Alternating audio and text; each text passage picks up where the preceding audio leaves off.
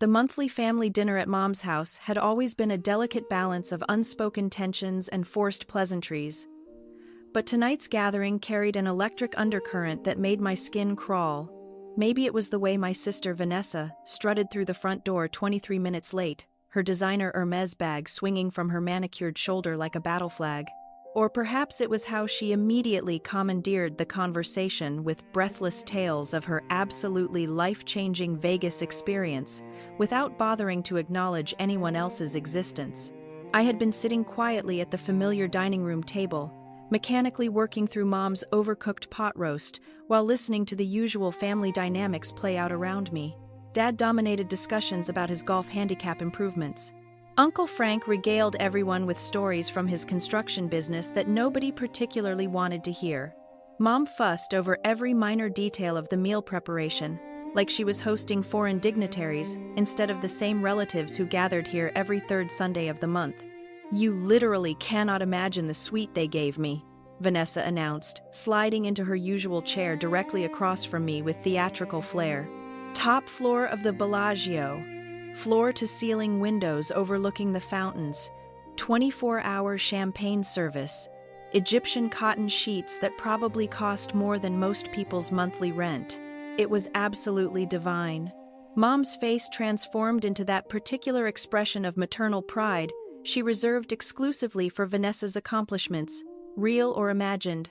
"My successful daughter deserves nothing but the finest things in life." I continued cutting my meat into precise, uniform pieces, saying nothing.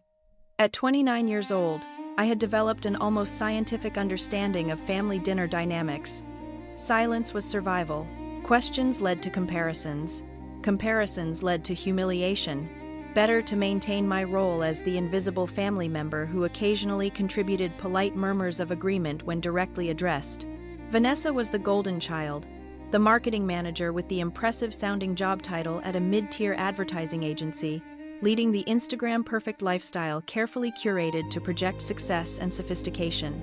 She possessed that particular type of magnetic personality that commanded attention in every room she entered, the kind of effortless confidence that made people assume she must be important simply because she acted like she was. I was the other daughter, the boring government employee who lived in a modest one-bedroom apartment in Arlington and drove a 10-year-old Honda Civic with a dent in the passenger door from a grocery store parking lot incident. I'd never bothered to repair. My wardrobe consisted entirely of conservative business attire purchased from department store clearance racks. My social media presence was non-existent.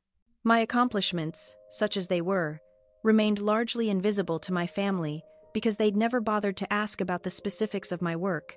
"Vanessa, tell them about the shopping expedition," Dad prompted eagerly, refilling her wine glass to the brim while my own sat conspicuously empty. The stories she was telling me earlier were incredible. Vanessa's green eyes lit up with the fervor of someone about to deliver her favorite performance. "Oh my God, the shopping situation was absolutely insane. I spent something like $22,000 over 3 days. A completely new wardrobe from boutiques that don't even display prices, because if you have to ask, you can't afford it.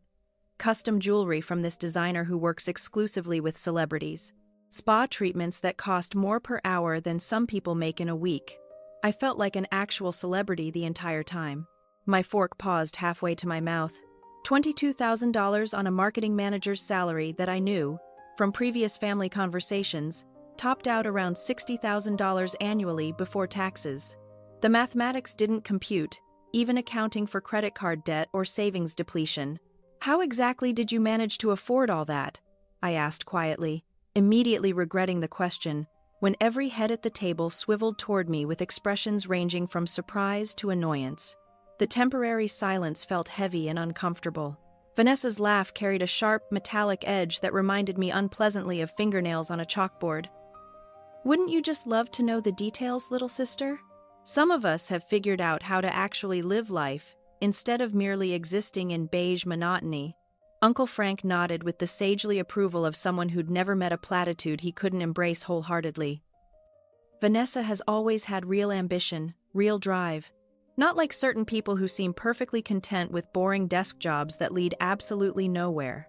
The familiar sting of family disapproval washed over me like ice water. They'd never understood my career choice, never bothered to investigate what my boring government job actually entailed. They knew I worked for some branch of the Treasury Department, something that involved computers and extensive paperwork. They found it mind-numbingly dull, thoroughly unimpressive. Certainly nothing that could compare to Vanessa's dynamic marketing career with its client lunches and creative campaigns. Speaking of terminally boring careers, Vanessa continued, clearly warming to her favorite theme. How's your little government paper-pushing situation progressing? Still shuffling forms around in some windowless office somewhere. It's going well, I responded automatically, falling back on the neutral responses I'd perfected over years of family gatherings. Well, she repeated with exaggerated incredulity. Jesus Christ, could you be any more pathetic? Don't you have any ambition whatsoever? Don't you want to accomplish something meaningful with your life instead of wasting away in bureaucratic obscurity? Mom immediately jumped into the conversation with her characteristic enthusiasm. Vanessa just received another promotion opportunity.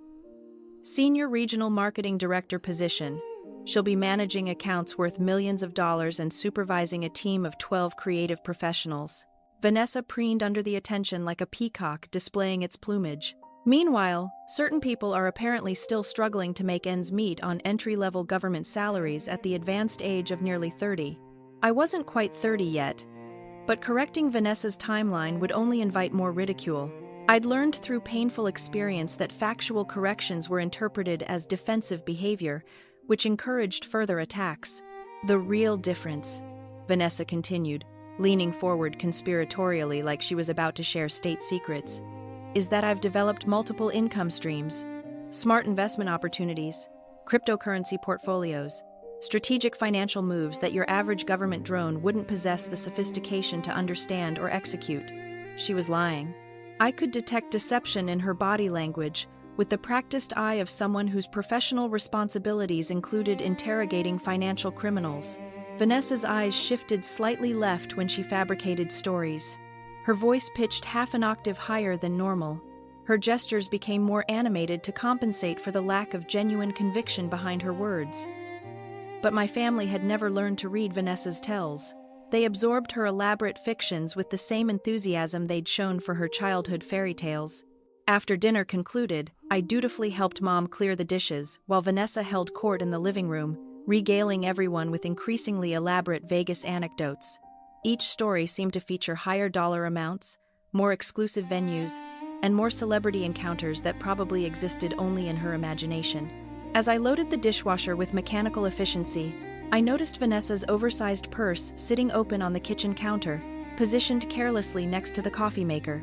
Her leather wallet was clearly visible, stuffed thick with what appeared to be an unusual number of credit cards. Too many credit cards for any reasonable person to carry.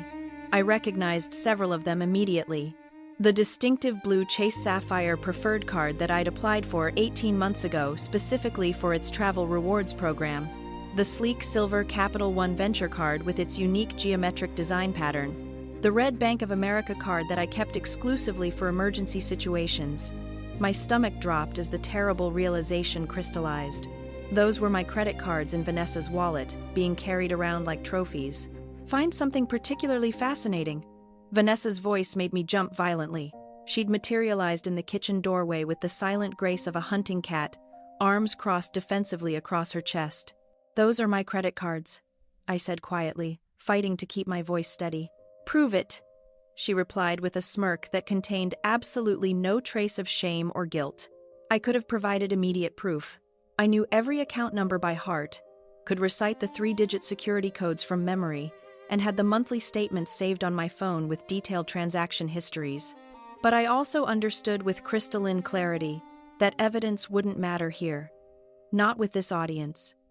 Not in this house where Vanessa's version of reality always took precedence over objective facts. Why? I asked instead, genuinely curious about her psychological reasoning. Vanessa shrugged with practiced nonchalance. You never actually use them for anything interesting. They just sit there collecting dust while you live like some kind of financial monk who's afraid to spend money on anything beyond basic survival necessities. I figured I'd put them to productive use for once in their miserable existence. That's theft, I said simply. It's borrowing from family. God, you're so dramatic about everything. She grabbed her purse with deliberate casualness and sauntered back to the living room, where I could hear her launching into yet another fabricated tale about private gambling rooms and complimentary bottle service. I remained in the kitchen, hands trembling slightly as I retrieved my phone and accessed my banking applications. The financial damage exceeded my worst-case scenario projections. All 3 credit cards had been systematically maxed out with surgical precision. The Chase Sapphire Preferred, with its $15,000 limit, showed a current balance of $14,847. The Capital One Venture card reflected $9,923 against its $10,000 limit. The Bank of America emergency card had been pushed to its absolute maximum of $8,000, $32,770 in fraudulent charges, all originating from Las Vegas, all processed over the previous weekend. I walked back toward the living room on unsteady legs, my phone clutched in my sweating palm like a piece of incriminating evidence. Vanessa was displaying photographs on her iPhone to an appreciative audience, images of the luxury suite, shopping bags from boutiques I couldn't pronounce, herself posing with cocktails that probably cost more than my monthly food budget. "Vanessa," I said quietly, interrupting her narrative about a private shopping experience with a personal stylist. "We need to discuss something important." "We're already discussing something," she replied without bothering to look up from her phone screen. "About the credit cards." The living room fell silent with the abrupt finality of a theater curtain dropping. Vanessa finally raised her eyes to meet mine, her expression shifting from casual amusement to sharp-edged annoyance. "What about them? You stole them from my apartment. You committed credit card fraud. You need to immediately pay back every cent you spent." Vanessa's laugh was harsh and ugly, devoid of any genuine humor. "Or what exactly? You'll run crying to mommy? You'll call the big bad police?" I could feel the family's collective attention focusing on me with the intensity of stage lights, and their expressions told me everything I needed to know. Not concern about Vanessa's criminal behavior, not sympathy for my position as a victim, but irritation that I was disrupting the evening's entertainment with my petty complaints. "Maybe you should have kept better track of your personal belongings," Dad said, with the air of someone delivering Solomon-like wisdom. "This situation is partially your responsibility for being careless with important financial instruments." "She took them directly from my apartment," I said. "She used the emergency key I gave her 3 years ago when she was going through her divorce. Family members help each other during difficult times," Mom added with the tone of someone explaining basic moral principles to a confused child. "Vanessa will obviously reimburse you when her financial situation stabilizes." "With what money?" I asked. "She just spent $32,000 that she doesn't possess." Vanessa stood up abruptly, her face flushed with wine and righteous indignation. "You want to know what your real problem is? You're pathologically jealous. You're consumed with bitter jealousy, because I know how to embrace life while you just exist in your pathetic little gray world of rules and limitations." The room murmured collective agreement. Uncle Frank nodded with the gravity of someone who just witnessed profound truth being spoken. Aunt Karen made sympathetic clucking noises about the tremendous stress of Vanessa's demanding career. $32,000? I repeated, as if the specific number might somehow penetrate their willful blindness. "I maxed out your cards in Vegas." Vanessa laughed triumphantly, pulling the crumpled receipts from her purse and waving them above her head like battle flags. "What's a broke loser going to do?" The family erupted in spontaneous applause. Dad raised his wine glass in an impromptu toast to Vanessa's boldness. Mom clapped her hands together with genuine delight at her daughter's spirited defiance of conventional limitations. I looked around the room at these people who were theoretically bound to me by blood, who were supposed to love and protect me, who should have been outraged by what had been done to me. Instead, they were celebrating my victimization, cheering for the person who had robbed me, treating financial crimes like entertaining dinner conversation. "I'll file the report," I said calmly. The laughter continued unabated. They interpreted my statement as an empty threat, the desperate bluffing of someone who lacked any real power or authority. Vanessa wiped tears of mirth from her carefully made-up eyes. "File whatever pathetic paperwork makes you feel better," she said dismissively. "Who's going to believe your sad little story?" Who's going to care about some nobody government drone claiming her successful sister stole her credit cards? I didn't respond to her taunts. I gathered my coat and purse, said goodbye to absolutely no one, and drove through the darkness back to my modest apartment in Arlington. Once there, I sat at my small kitchen table with my laptop and began composing a detailed report that would change everything. What my family didn't know, what they'd never bothered to inquire about despite 6 years of employment, was the precise nature of my boring government job. They understood that I worked for the Treasury Department in some capacity, but they'd never asked which specific division. They knew my daily routine involved extensive computer work, but they'd never questioned what exactly I was investigating. I was a senior criminal investigator for the Financial Crimes Enforcement Network, commonly known as FinCEN. For the past 6 years, I'd been tracking money laundering operations, bank fraud schemes, credit card fraud rings, and sophisticated financial crimes that crossed state and federal jurisdictional boundaries. My specialty was following digital money trails through complex international networks, identifying patterns that revealed criminal enterprises, and building prosecutable cases against financial criminals who thought they were untouchable. Vanessa had just committed multiple federal felonies against a federal law enforcement officer whose specific expertise involved prosecuting exactly these types of crimes. The incident report took me nearly 3 hours to complete with the thoroughness it demanded. I documented every relevant detail. The theft of the physical credit cards from my apartment, using Vanessa's retained emergency key, the precise dates and amounts of each fraudulent transaction, the admissions of guilt she'd made in front of multiple witnesses, her refusal to provide restitution, and her explicit acknowledgement that the charges were unauthorized. I attached comprehensive supporting documentation screenshots of my banking records, showing the fraudulent charges, photographs of the receipts she displayed as trophies, a detailed timeline of criminal activity, and witness contact information for everyone who'd been present during her confessions. By Monday morning at 8:47 a.m., the case had been officially assigned to a specialized team of federal agents who handled financial crimes against federal employees, not local police officers who might be persuaded to treat this as a family dispute, not state investigators with limited resources, federal agents with unlimited jurisdiction and the authority to make arrests anywhere in the United States. Vanessa's Las Vegas spending spree had crossed multiple state lines, involved numerous financial institutions headquartered in different states, and violated several federal banking regulations simultaneously. The charges would include credit card fraud, identity theft, conspiracy to commit fraud, theft from a federal employee, and interstate transportation of stolen financial instruments. The investigation proceeded with the mechanical efficiency of a well-oiled machine. Vanessa had been remarkably sloppy in her criminal methodology, leaving a paper trail that a first-year forensic student could follow. She'd used the stolen cards at dozens of Las Vegas establishments, always signing her own name instead of attempting to forge my signature, never making any effort to conceal her identity or disguise her activities. Her confidence in her own invulnerability had made her careless. My immediate supervisor, Deputy Director Reynolds, called me Tuesday morning at 9:15 a.m. "This case is obviously personal," he said, without preamble. "It wasn't a question that required an answer. It's also unambiguously criminal," I replied. "Do you want to recuse yourself from the investigation? Let another agent handle the prosecution." I considered the option for approximately 5 seconds. "No, sir. I can maintain complete professional objectivity.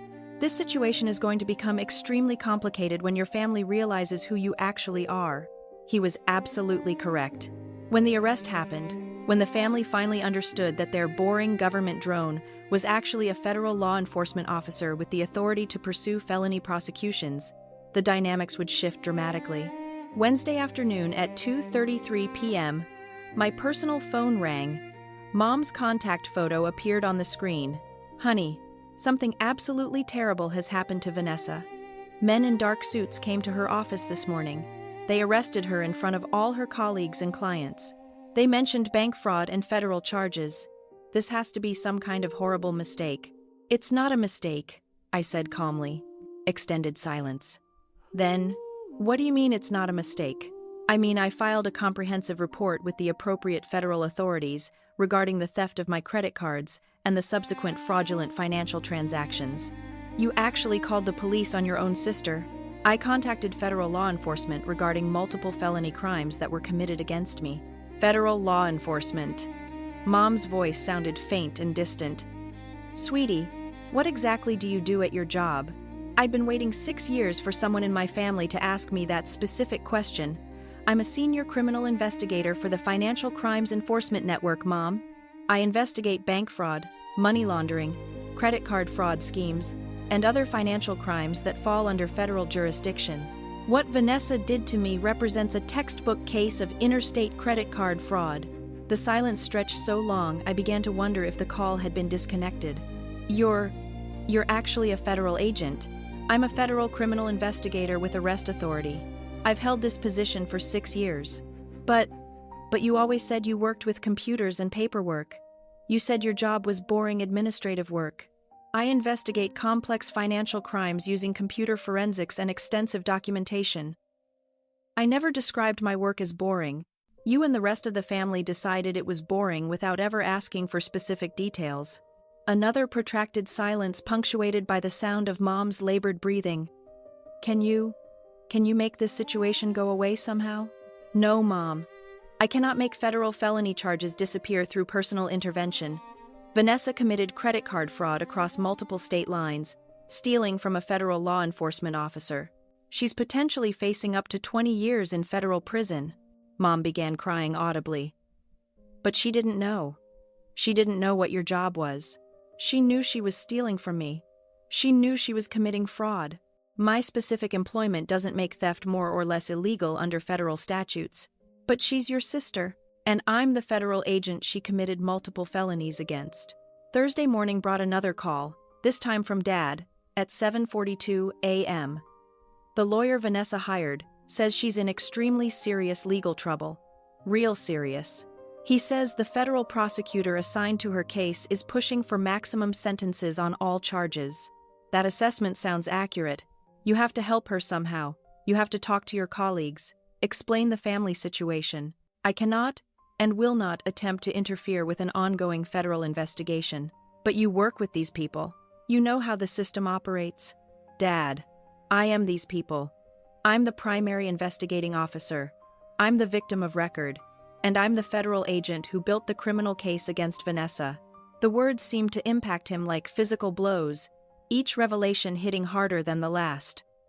You're the one who did this to her. She did this to herself when she chose to steal $32,000 from me. She was planning to pay you back eventually. With what money?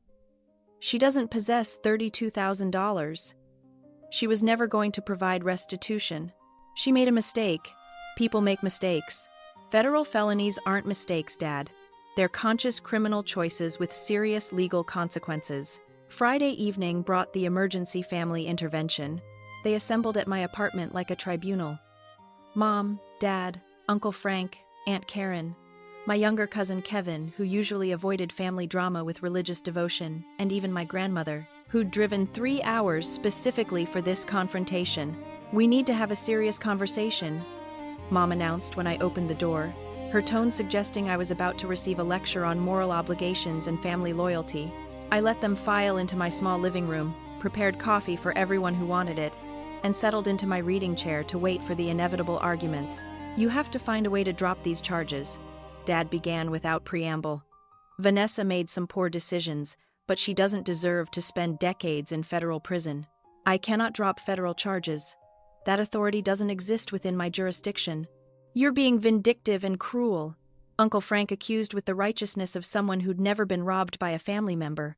You're using your government position to punish Vanessa for being more successful than you. I'm enforcing federal law without regard to personal relationships. She's family, Mom pleaded with genuine desperation.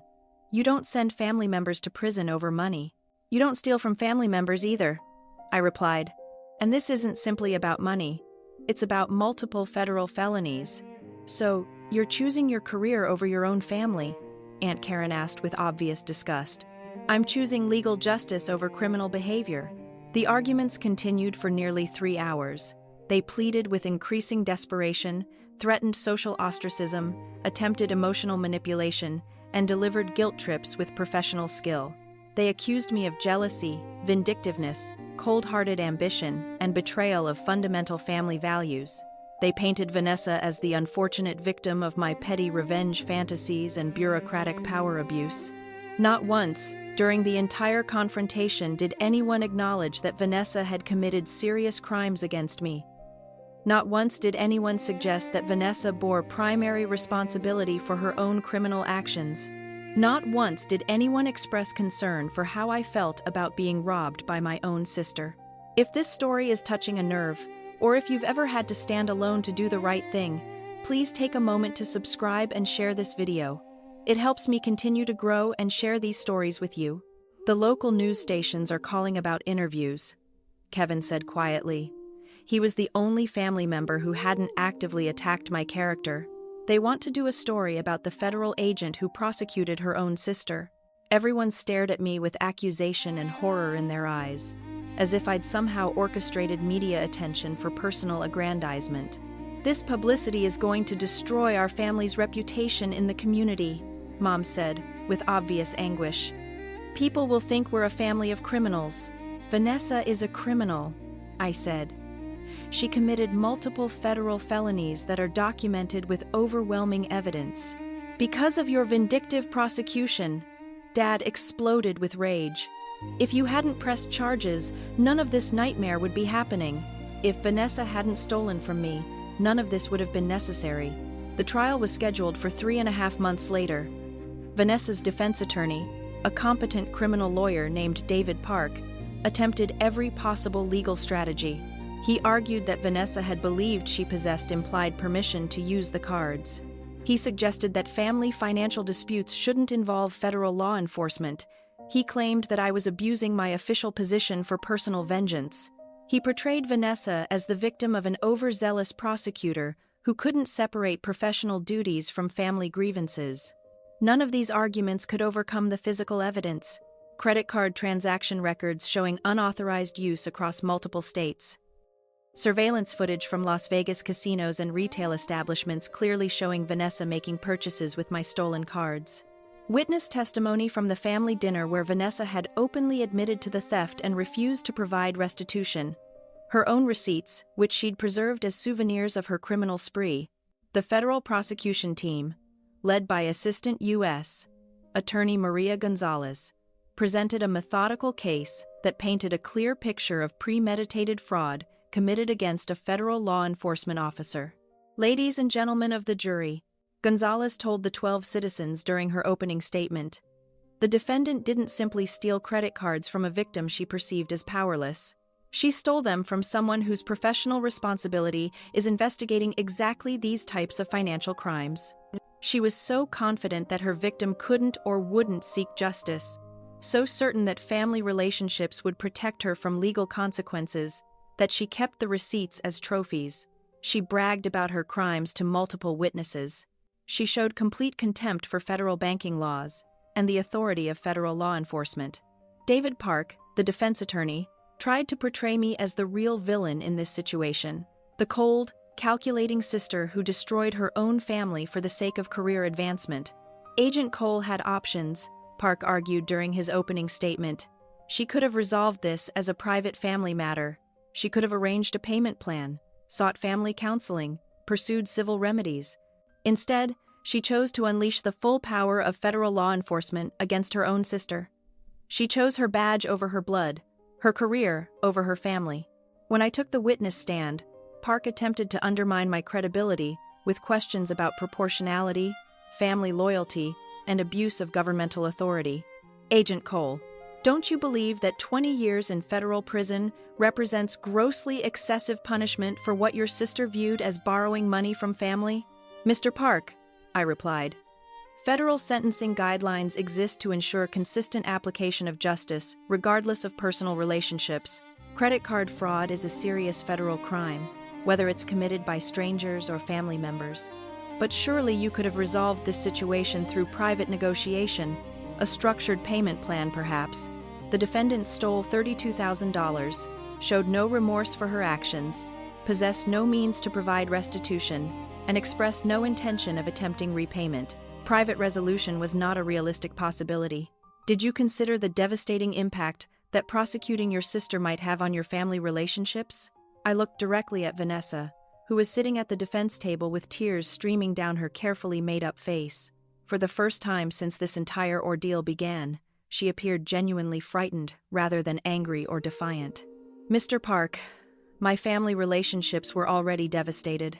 They were destroyed the moment my sister decided that stealing from me was acceptable behavior because she perceived me as weak and powerless.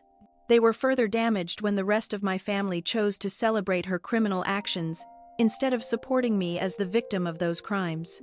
The jury deliberated for exactly 47 minutes before returning unanimous guilty verdicts on all counts: credit card fraud, identity theft, conspiracy to commit fraud, theft from a federal employee, and interstate transportation of stolen financial instruments. Vanessa received a sentence of 8 years in federal prison. The presiding judge, the Honorable Margaret Sterling, explained her reasoning with crystalline clarity. Miss Cole, your crimes were not committed from desperation, financial necessity, or mental incapacitation. They were committed from pure greed and an arrogant assumption of immunity from consequences. You stole from your own sister, someone who had trusted you with access to her home and personal belongings. You showed no remorse, no acknowledgement of wrongdoing, and no intention of providing restitution. Most significantly, you committed these federal crimes against a law enforcement officer, demonstrating complete disregard for federal authority and the rule of law. This sentence reflects both the seriousness of your criminal choices and the need to deter others who might believe family relationships exempt them from legal accountability. The family's reaction was entirely predictable. At Vanessa's sentencing hearing, Mom stood up and screamed at me across the federal courtroom. She was your sister. How could you destroy your own sister like this? I wanted to scream back. How could she rob her own sister? But I maintained the professional composure that had served me throughout my career in federal law enforcement. After the sentencing concluded, I returned to my apartment and poured myself a generous glass of wine. My phone had been ringing constantly throughout the day, reporters seeking quotes, family members delivering ultimatums, co-workers offering support or asking procedural questions. I ignored every call and sat quietly in my living room, reflecting on the previous 8 months of legal proceedings. I didn't feel vindicated or satisfied by the outcome. I felt tired, sad, and emotionally drained. I'd lost my family connections, but I'd preserved my integrity and professional ethics. I'd enforced federal law without favoritism, but at enormous personal cost. My supervisor, Deputy Director Reynolds, called that evening at 9:47 p.m. "How are you holding up after today, Cole?" "I'm managing adequately, sir." "No, you're not managing adequately. Nobody could handle this situation without significant emotional impact. I'm ordering you to take accumulated vacation time. That's not a request. I'd prefer to maintain my normal work schedule. I know you would prefer that, which is exactly why I'm making this mandatory. Take 3 weeks minimum. Go somewhere restful. Let the media attention dissipate. That's a direct order." I took 3 weeks and drove alone to the Smoky Mountains of Tennessee. No internet connectivity, no cellular service, just hiking trails and clear mountain air that helped clear my head. When I returned to Washington, the news cycle had moved on to other stories and controversies.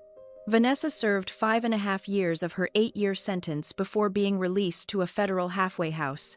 She never contacted me during her incarceration, never apologized for her actions, and never acknowledged that her criminal choices had consequences beyond my vindictive prosecution.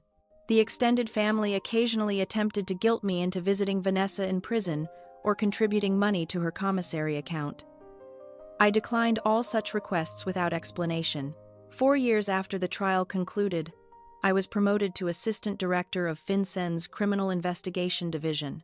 The case that had destroyed my family relationships had simultaneously established my reputation as an investigator who couldn't be intimidated, corrupted, or compromised by personal relationships. I never married, never had children of my own, and never rebuilt the family connections I'd lost. But I constructed something else. A distinguished career devoted to protecting innocent people from exactly the types of financial crimes that had been committed against me. Sometimes, late at night in my government office, reviewing complex case files, I wonder if I made the optimal choice. If there was some middle ground I failed to consider, some alternative approach that could have held Vanessa accountable without destroying every family relationship I'd ever known. But then I remember her standing in that living room, laughing while waving those receipts like victory banners, asking what a broke loser like me could possibly do about her theft. I remember my family cheering her criminal behavior, celebrating her boldness, and dismissing my victimization as irrelevant drama. I remember the moment I realized that the people who were supposed to love and protect me had chosen instead to enable and celebrate the person who'd hurt me most. That's when I know with absolute certainty that I made the correct choice. Not the easy choice that would have preserved family harmony, not the choice that avoided conflict and maintained comfortable illusions, but the morally and legally correct choice. The choice that demonstrated federal law applies equally to everyone, regardless of blood, relationships, or family dynamics. The choice that established criminal behavior has serious consequences, even when committed by people we love. The choice that affirmed, I was worth protecting, even if I had to protect myself from my own family. Vanessa learned that family relationships don't provide immunity from federal prosecution. I learned that sometimes doing the right thing costs everything you thought mattered most, but it's still the right thing. And I would make the same choice again without hesitation.